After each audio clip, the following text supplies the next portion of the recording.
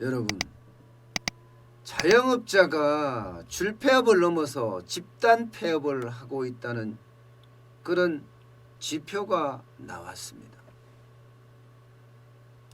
지금까지 문재인 정부 들어서서 자영업자는 그야말로 현장 직격탄을 맞았어요. 경기의 최고 끝단에 있으니까 경기가 안 좋으면 바로 그냥 직격탄을 맞을 수밖에 없는 게 자영업자예요. 식당도 그렇죠. 편의점도 그렇죠. 빵집도 그렇죠. 뭐 머리 하는 데도 마찬가지고 옷 파는 데도 마찬가지예요. 그만큼 자영업자가 진짜 어려웠거든요.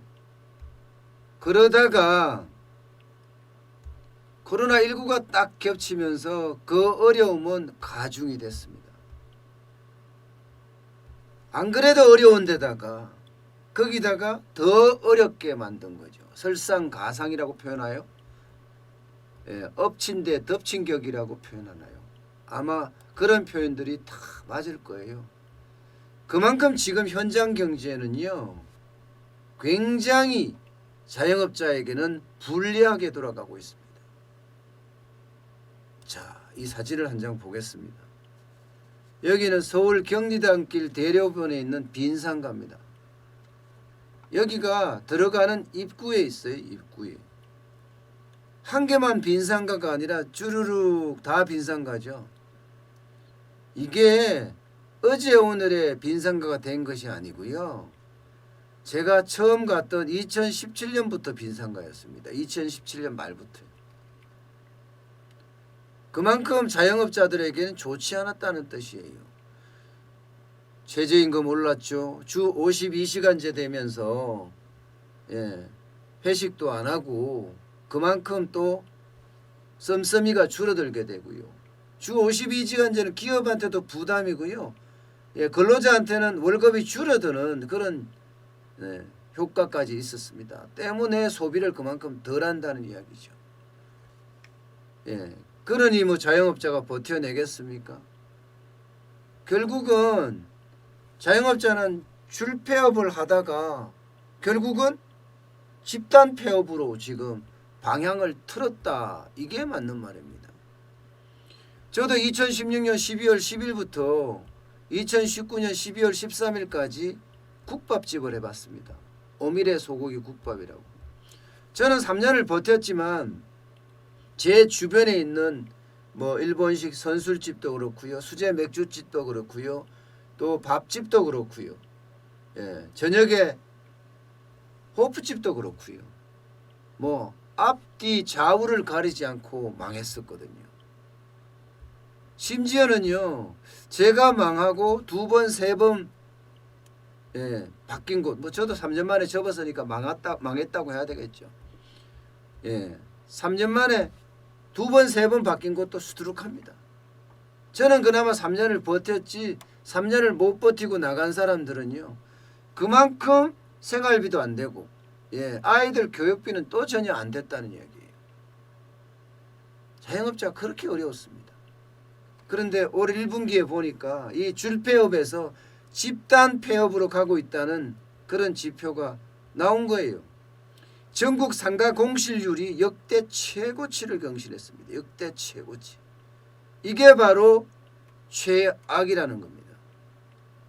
한국감정원이 발표를 합니다. 상업용 부동산 임대 동향 조사 이런 걸 발표를 합니다. 이때 올 1분기 전국 중대형 상가, 보통 중대형 상가 이러면요 330제곱미터 초과한 것을 말하거든요. 공실률이 11.7%였어요. 11.7%. 2009년 통계를 집계한 이후로 최악이었거든요. 그게 작년 4분기였습니다. 그게. 그런데 그때보다도 0.7%포인트가 높아졌습니다. 0.7%포인트요. 그러니까 굉장히 어려워졌다. 집단 폐업을 하고 있다. 이렇게 해도 지금 과언이 아닌 겁니다. 당연한 것 같아요. 당연한 것 같아요. 최저임금 뭐 팡팡 올랐지요. 주 52시간제 도입했지요. 그러니 자영업자들에게는요, 꼬꾸라지는 경기에 감당할 수가 없었던 거예요. 여기다 코로나19까지 그냥 덮치니까 그야말로 죽었다 한 겁니다. 지역은 더 심각합니다. 지역은요. 경북 지역의 공실률은 17.4%입니다. 17.4%.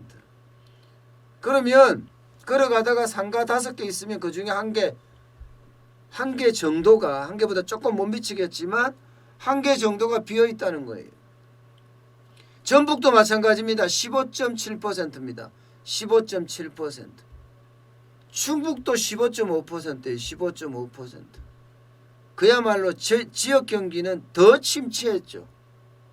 여기에서 저는 위험도가 굉장히 높게 깔려져 있다고 생각을 합니다. 서울은 그나마 나아요. 제주도 그나마 나았고요. 예. 서울은 7.9%고요. 제주는 6.3%, 경기도 9.8%예요. 대구는 15.2%고요. 여기서 느끼는 것은 딱 하나입니다. 지역 경제가 무너지고 있구나. 우리 경제의 가장 약한 고리가 자영업자고, 또 여기에 고령자고, 여기에 지역 경제라고 제가 누누이 말씀을 드렸습니다. 지금 그 약한 고리가 깨지고 있는 신호예요. 깨지고 있는 신호. 특히 말입니다. 지역에 있으면서 고령자인 자영업자. 여기는 그야말로 거의 최악이라고 해도 과언이 아닐 겁니다. 이 사진에서 보듯이 서울도 이럴 때인데, 예, 지역은 또 얼마나 어렵겠어요. 게다가 코로나19까지 덮쳐놓으니까 이게 어디로 방향타를 잡지 못하고 흔들리는 느낌입니다. 여러분, 문제는요, 앞으로입니다. 앞으로. 지금 코로나19가 1분기에는 그래도요, 2월까지만 해도 사람들이 다녔어요. 3월에 돼서 이제 사회적 거리두기가 나왔으니까 말입니다. 그런데 2분기는 지금 어떻습니까? 2분기는 굉장히 어려워요. 4월, 5월, 6월 말입니다. 긴급재난지원금을 지금 많이 풀었다고 하지만 이것도요, 코로나 이전의 소비를 회복하지는 아직 못했습니다. 코로나 이전에 가더라도 굉장히 어려운 게 자영업자들의 현실이었거든요. 문재인 정부의 경제정책이 자영업자를 고사시켰습니다. 그런데 코로나19가 아예 고사시킨 걸 가서 밟고 지나가는 거였거든요. 이게 긴급재난지원금 12조 13조를 풀면서 12조 13조면요, 전체 소비의 한 3% 정도 됩니다. 예, 그 정도 풀면서 어느 정도 자영업자들이 숨통이 트였다, 이런 말까지 나올 정도까지는 왔어요. 다시 말해서 최악은 아니라는 거죠. 감소폭이 줄어든다는 겁니다. 다시 말해서 거꾸로 말하면 매출이 조금씩 늘어난다는 거예요. 어제 저녁에 저도 이 문정동 법조타운 근처에서 호프 한잔 했거든요. 생맥주 말입니다. 그런데 제 주변에 보니까요, 저는 2층에서 먹었는데, 예, K-팝이라는 제가 자주 가는 집이에요. 우리 구독자이기도 하고요. 참 사람들 많더라고요. 저녁 손님이 생기기 시작했다는 거예요. 제가 그런데 문정역 8번 출구였거든요. 8호선. 8호선 근처에 있으니까 여기만 가지고 모르는 거죠. 골목상권도 가봐야 되는데, 골목상권도 긴급재난지원금이 도움이 됐다고 이야기를 합니다. 예. 그러나 소비라는 것은요, 지금 경제 위기가 계속되고 있는 작년을 넘어서야 돼요. 코로나19 전이 돼야 되는데 그렇지 못하다는 겁니다. 이렇게 되면 4월은 더 어려워졌으니까요. 4월에 공실률이 더 많겠죠. 예, 4월은 훨씬 더 늘어날 거라고 지금 예상을 하고 있고요. 5월도 마찬가지예요. 이게 매출이라는 게 큰 폭으로 상승을 해야 되거든요. 지금 많이 떨어진 곳은 뭐 99% 떨어졌다고 아우성 치는 곳이 굉장히 많거든요.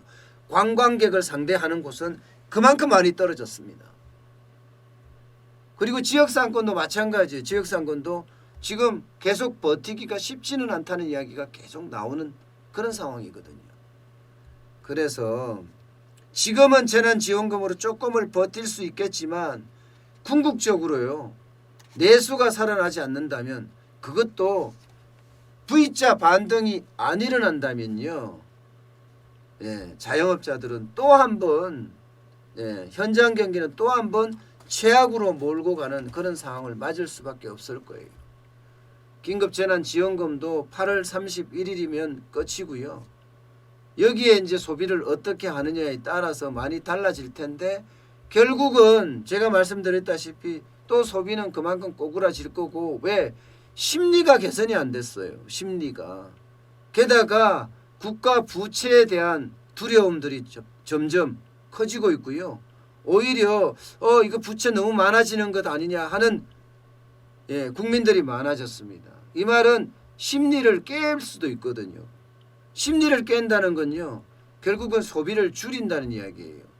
그렇게 됐을 때 V자 반등이 안 일어난다. 그러면 또 2차 재난지원금을 주겠죠. 그러면 결국은 국고만 점점 바닥나는 그러면서 경제는 제대로 살리지 못하는 그런 결과가 올까봐 점점 두려워지는 겁니다. 지금 자영업자들은요. 오늘 내일 하는 곳이 참 많아요. 그렇지만 어떻게 하든 버텨보고 살아보자고 하는 사람들도 많습니다. 저는 그렇게 생각해요. 저도 국밥집을 해봤기 때문에 이럴 때일수록 희망의 끈을 놓지 말고 버텨야 합니다. 그 희망의 끈이 결국은 여러분도 그렇고요. 저도 그렇고요. 다 살릴 수 있는 힘이자 싹입니다.